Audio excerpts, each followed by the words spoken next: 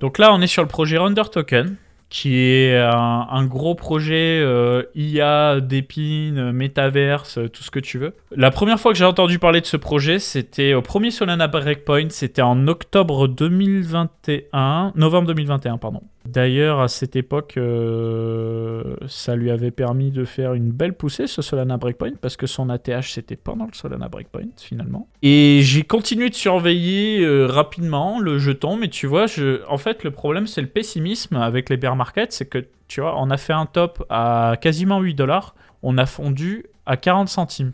Et je me suis dit, je le garde dans le viseur, mais ça, c'est un truc potentiellement, ça partira à la poubelle, on le reverra pas au prochain cycle. Et visiblement, la narrative IA, elle fait sens. Donc des fois, il faut s'écouter. Et moi, pour le moment, ce que j'ai vraiment envie d'identifier, je suis pas pressé sur ce bull run, même si c'est bête parce qu'il y a des sous à faire juste sur des narratives, mais j'ai envie d'identifier des projets où je me dis ça, c'est vraiment utile. Parce que je fais une petite parenthèse là-dessus. Ça fait quasiment 8 ans maintenant que je suis dans les cryptos.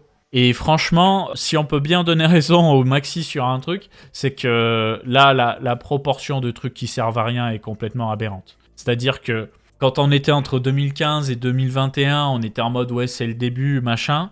La situation, à part côté DeFi, elle a quasiment pas évolué. Ça a été DeFi et NFT. Aujourd'hui, on a quasiment que des trucs qui servent à rien. Donc moi, j'ai vraiment envie d'identifier des projets qui servent avec une économie virtueuse de jetons pour pouvoir me projeter à horizon 5 ans.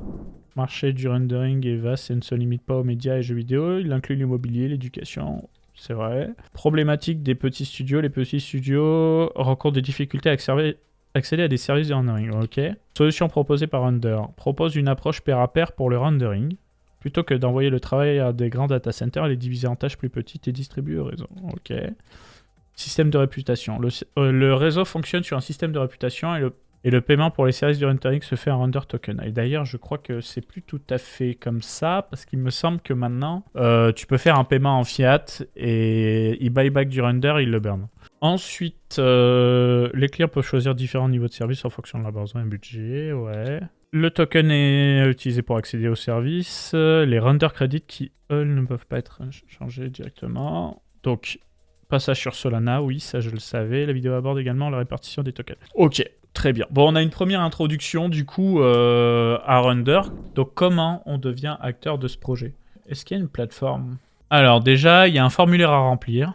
Un process d'onboarding. Ok. Le process centralisé. Ensuite, il faut un GPU ayant CUDA. Ouais, donc bon, un GPU NVIDIA quoi. Capacité de calcul 3.0, excuse-moi, je bouffe des cartes graphiques toute la journée, je ne vois même pas ce que ça veut dire. 32 Go de RAM, donc GPU Nvidia, 6 Go de RAM, une forte connectivité réseau. Ouais, donc la fibre optique, quoi. Ou au moins un Starlink, ouais.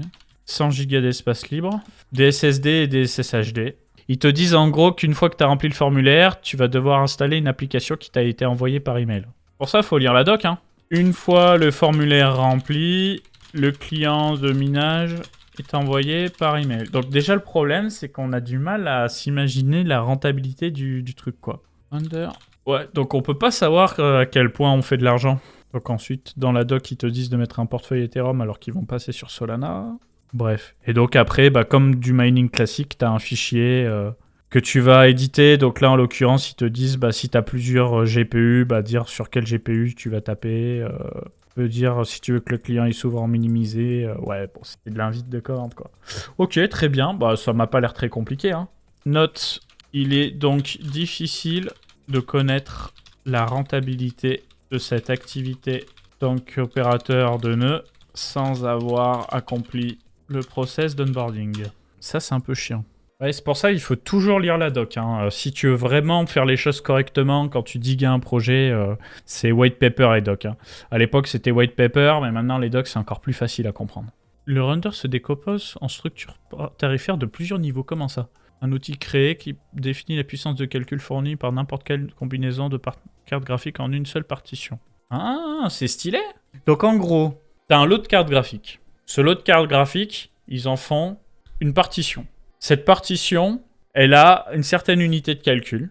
Et toi, en fonction de l'unité de calcul, tu payes un certain nombre de jetons. Donc ça doit être ça le système de réputation dont il nous parlait tout à l'heure en fait. T'as 3 niveaux et... Ok. Ouais, c'est logique, hein. C'est ça. Donc le fonctionnement est super intéressant. On va s'intéresser à l'équipe maintenant. First Web 3D Video Game Platform to Macromedia Disney. Ok, donc spécialiste de la 3D depuis 25 ans. Dont le logiciel a été cédé sous licence à Macromedia Disney... Warner Bros, Nickelodeon. Putain, c'est quand même une sacrée pointure le Gadjo là. Ils auraient pu donner le nom de la plateforme de jeux vidéo sur le web, hein, mais bon, bref. Ensuite, le CEO, Sports and Entertainment Company. Ok, donc Founder and Advisors. Et ça, c'est quoi? C'est des advisors du coup? Je capte pas. Non, c'est la team du coup. Bon, c'est la team. Ok. Oh! Excusez-moi. Je me sens obligé de. Miam, miam, miam, miam, miam. Forcément. Si on n'a pas les Illuminati, on n'est pas in, hein. Qui dirige, hein? Qui dirige? Bref, YoHardis, ça me fait plaisir que tu sois là à cette heure si tardive. On est sur Render Token, que j'aime bien. Idéologiquement, je t'avoue que ça rehausse un peu le niveau. On est sur un projet semi-décentralisé où tu mets à disposition ton parc de cartes graphiques pour faire du rendu 3D. D'ailleurs, c'est un game que tu connais bien, ça me bien mieux que moi. Ouais, c'est des grosses boîtes du divertissement et de la télé, quoi, en gros. Hein. Keep it simple, hein. Ok, ils sont en bourse. Ça en bourse, capitalisation... C'est comment? Attends. C'est des milliards, ça? Que c'est pas des millions, hein. C'est des milliards. J'ai pas rêvé.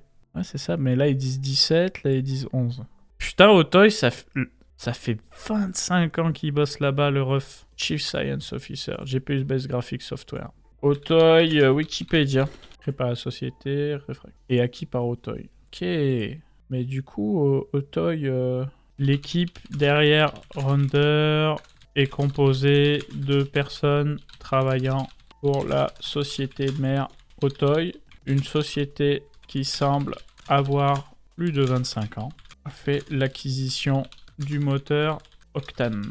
Otoy, boîte très sérieuse, je te dis direct. Bah voilà, bah c'est eux, hein, si jamais, regarde. En gros, quand tu vas sur Artist Portal, direct, c'est account.otoy.com. Hein. Et le CTO... le CTO de Render, c'est le CSO CTO de Otoy.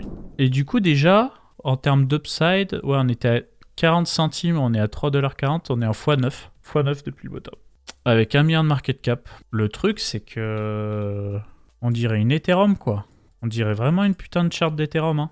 Accumulation, pump, distribution, accumulation.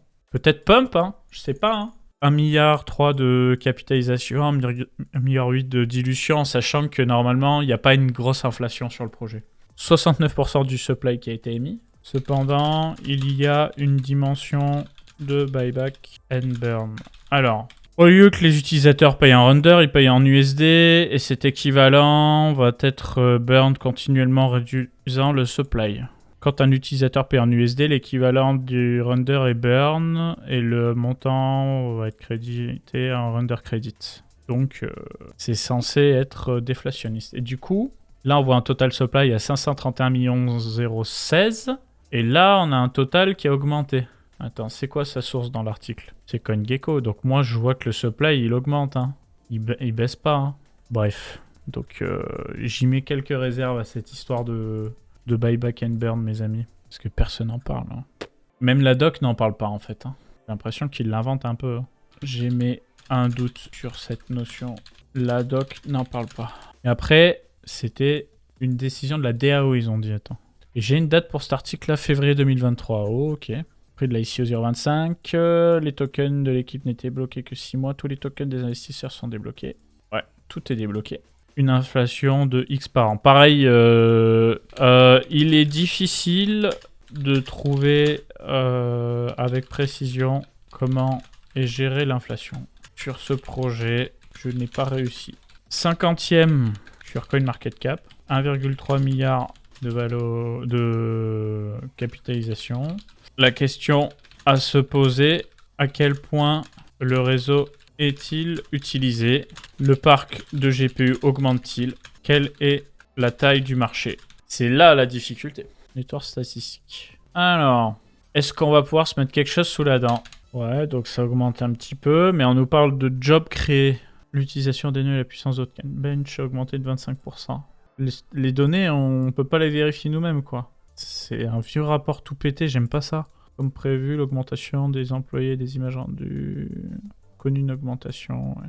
On ne peut pas vérifier les infos nous-mêmes, mais visiblement, le nombre de tâches augmente et le nombre de nœuds aussi entre le premier et le deuxième trimestre 2023.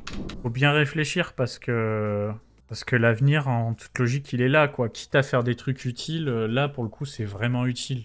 Je sais pas à quel point c'est big, tu vois, mais c'est quand même plus utile que des cochonneries dans la DeFi. Je fais pas une globalité quand je dis ça, mais t'as plein de trucs en DeFi, c'est juste créer des jetons à la con, faire des pools de liquidité, être multi-chain et tout, c'est brasser du vent, quoi. C'est des produits dérivés de produits dérivés de produits dérivés.